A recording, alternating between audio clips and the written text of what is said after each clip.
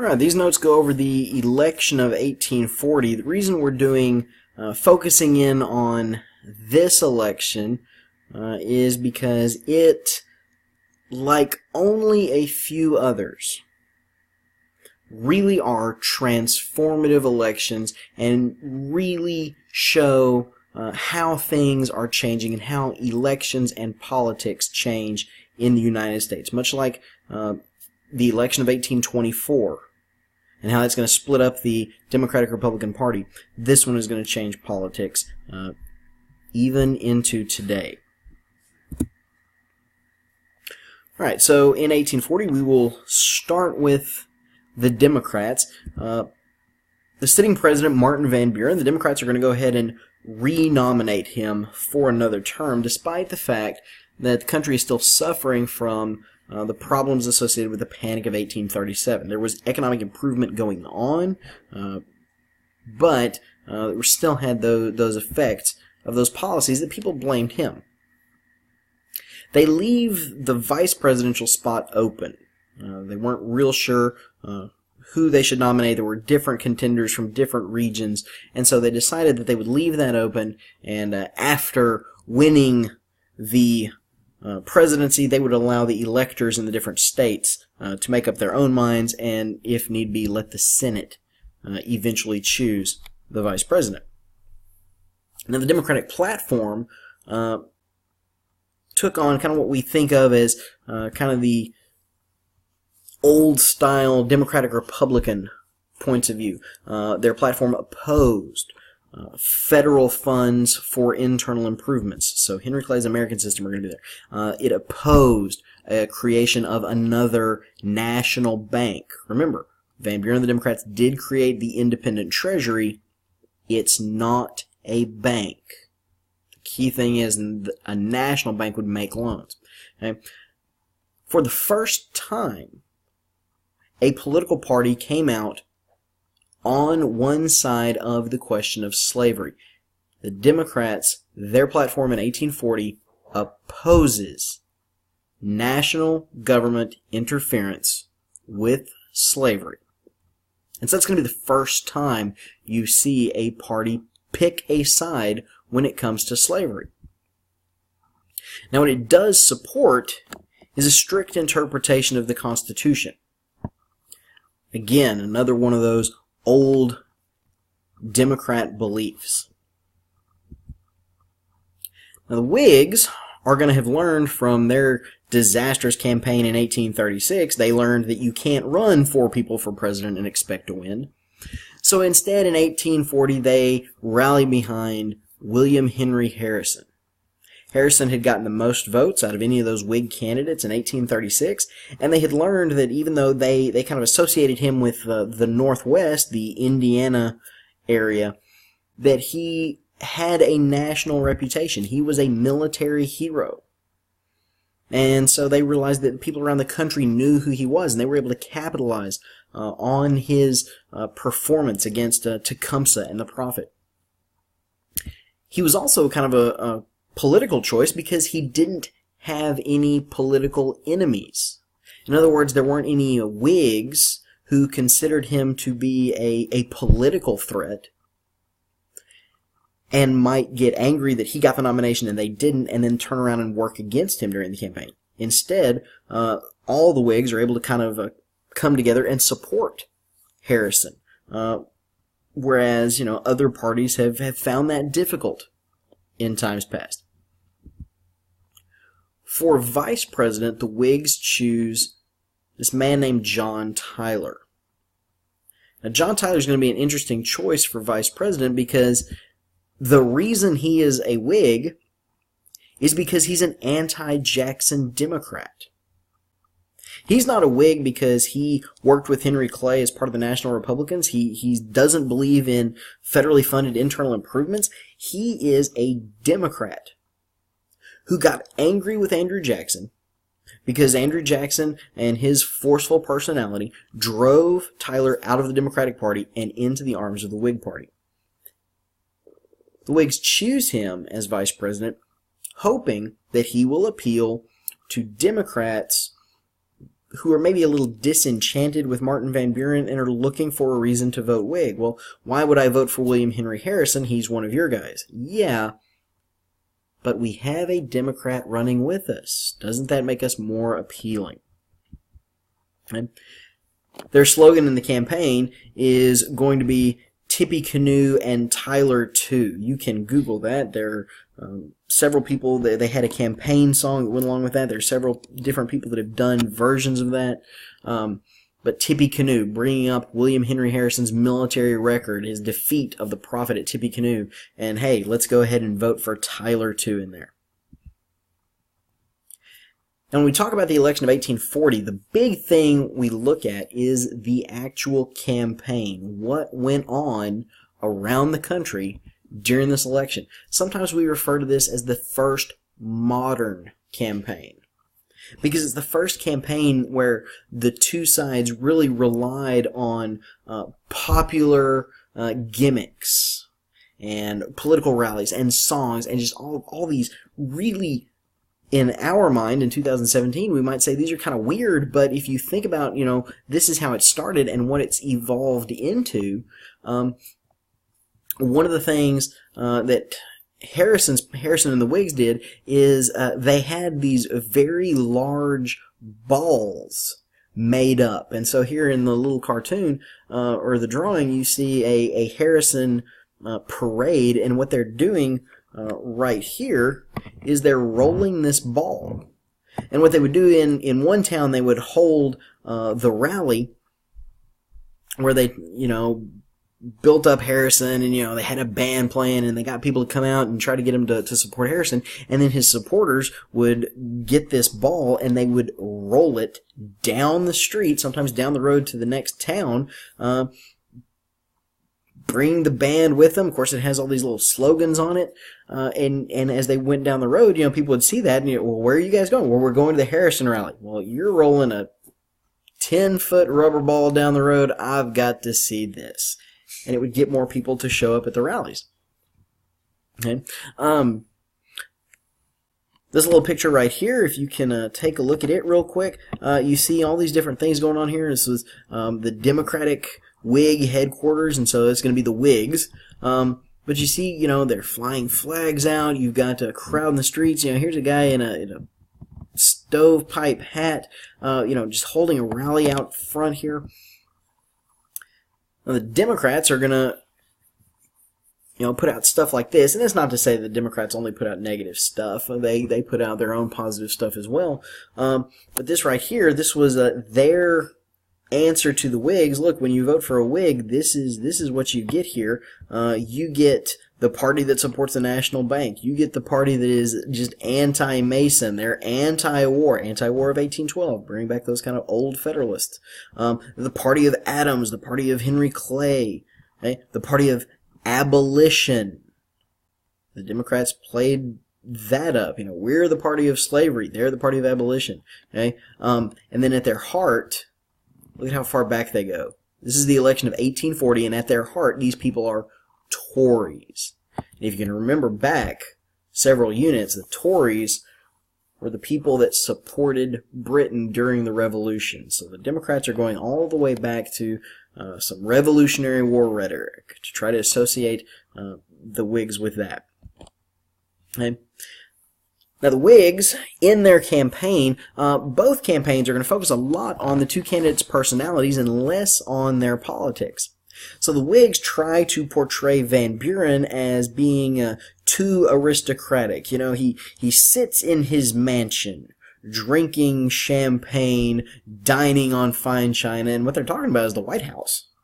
But they said he came from the upper class, and he didn't understand what common people went through. The Democrats are going to turn around, and they're going to try to make fun of Harrison, and they're going to try to do the opposite with what they're doing with what the Whigs are doing with Van Buren.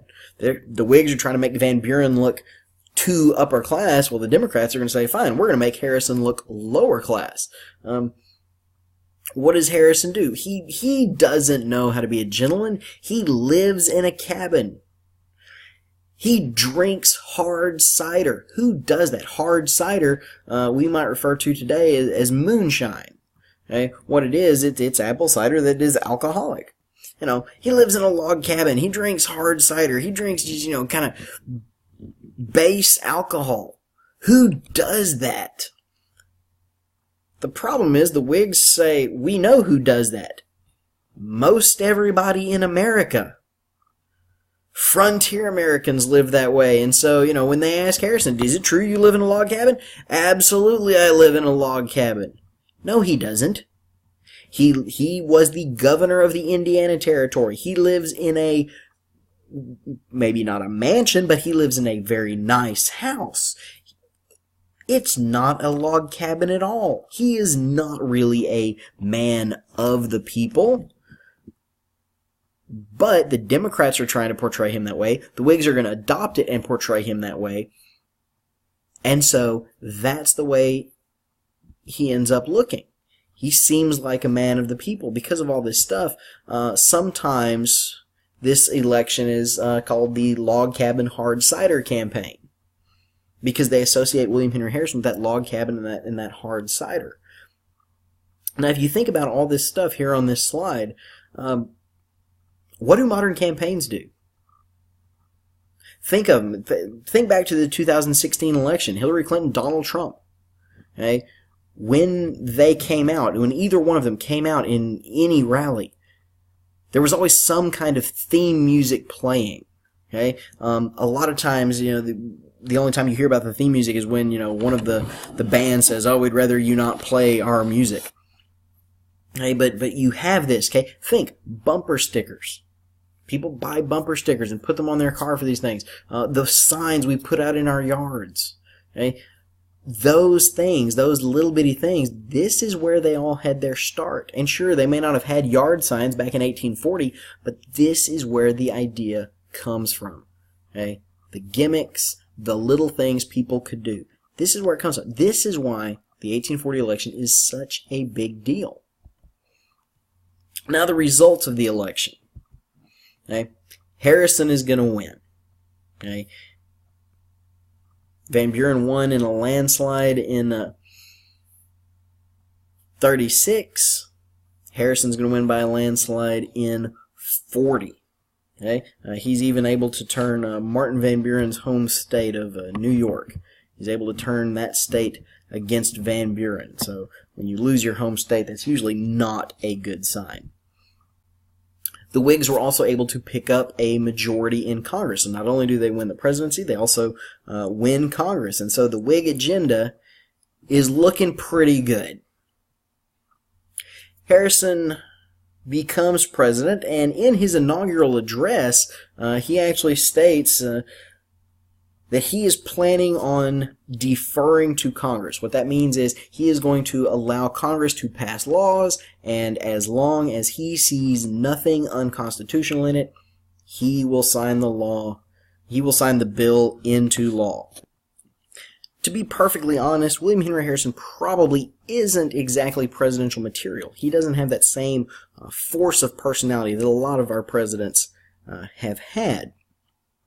Now he becomes president. Congress, the Whig Congress is sworn in, and one of the things that they do almost immediately is to pass a bill eliminating the independent treasury. This is one thing that the Whigs wanted to get rid of. They felt that they needed to create another Bank of the United States. Okay? They're focusing on the idea of promoting economic growth. And that is the one thing the independent treasury could not do. And so they felt that another bank was the way to go. So Congress very quickly passes a bill. It goes to President Harrison. He signs it into law. Now, unfortunately for the Whigs, shortly after that, Harrison is going to die. Harrison's inauguration is known for a couple things. He gave the longest inaugural address in U.S. history. His inaugural, they held it outside, and he was the first president to give his inaugural address without wearing a hat. And you might think, why is that important? Well, my mother always told me, when you go outside, you need to wear a hat. especially when it's cold. Because Harrison, the day of his inauguration, it turned cold, it started to rain, he got cold, he got sick, he developed pneumonia. And 30 days into his presidency, he died from that pneumonia. Okay, so my mother always told me, learn from President Harrison, when it's cold and rainy outside, wear a hat. You may not think that's important, but every president before Harrison did, and they didn't die. Every president to be sworn in after Harrison would wear a hat up until 1960. So apparently they thought it was kind of important too. But Harrison dies, and that leaves his vice president, John Tyler, to take over. And this was new. Harrison is the first president to die in office. So there was no real precedent, actually, for John Tyler to take over. Harrison died, and for a while, everybody kind of looked around saying, okay, now what? What do we do here? John Tyler just assumed the office of president. He walked in and said, well, the president has died. I guess that makes me president. And people kind of, went around with, some of them had the question of, well, why should you be president? His answer was, because I'm the vice president. So what? You're the vice president. You're not the president. Well, why else would they have created the office of vice president if not to take over in the event of the death of the president? And everybody kind of looked at the Constitution. The Constitution did not say anything about this. I guess you could go back and ask the guys who wrote it. They're all dead by now. So the idea that the vice president steps up, it makes perfect sense, but it really wasn't written down. Okay, so John Tyler just says, I will be the new president. And his critics, who over the next 4 years are going to grow, started referring to him as his accidency. Who elected you president? No one. You just happened to be in the right place at the right time. And his critics are going to grow partly because, the Whigs had gotten rid of the independent treasury and their goal was to create another bank, and so they pass a bill to create another bank, and he vetoes it. Because Tyler's a what? He's a Democrat. Okay? He is, as one student put it several years ago, he is a Democrat in Whig clothing. So he has all those beliefs that say Andrew Jackson has, but he doesn't like Andrew Jackson. That's why he's a Whig. But all his beliefs are the same. So he quickly loses the support of the Whigs. His cabinet he'll go through trouble with his cabinet over and over again. People will be in his cabinet. He will do something that they don't approve of because they're Whigs. He's not. They'll resign. He'll have to replace them. He quickly becomes, as some authors have put it, he becomes a president without a party. Because the Whigs aren't going to support him anymore. The Democrats aren't going to support him either because you jumped ship. You joined the other party. And so John Tyler is going to be president for 4 years with not a lot of support. Okay? One or two things that do go on that are kind of significant of his presidency. We do make a treaty with Britain in 1842. It's called the Webster-Ashburton Treaty. This settles the boundary between Maine and Canada and gives Maine its full shape. The other thing to know about Tyler is he did favor the annexation of Texas. Texas had become independent in 1836 and has been kind of independent and wanting to be part of the United States. Officially, Texas will not become part of the United States until after Tyler is done, but in December of 1844, with a new president getting ready to come in, Tyler would go ahead and authorize congressional action on annexing Texas. That's why we have a town here in Texas named after him, named Tyler, Texas. All right, so those are the election of 1840 notes. I hope they were succinct, and I hope they give you an idea of why this election was so transformative and why it is still important so many years later.